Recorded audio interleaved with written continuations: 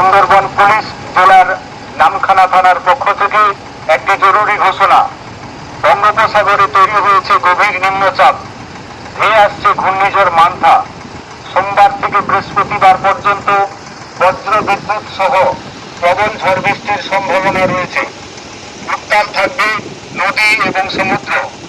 উপকূলবর্তী এলাকায় 30 থেকে 50 কিলোমিটার গতিবেগে ঝোড়ো হাওয়া বইবে।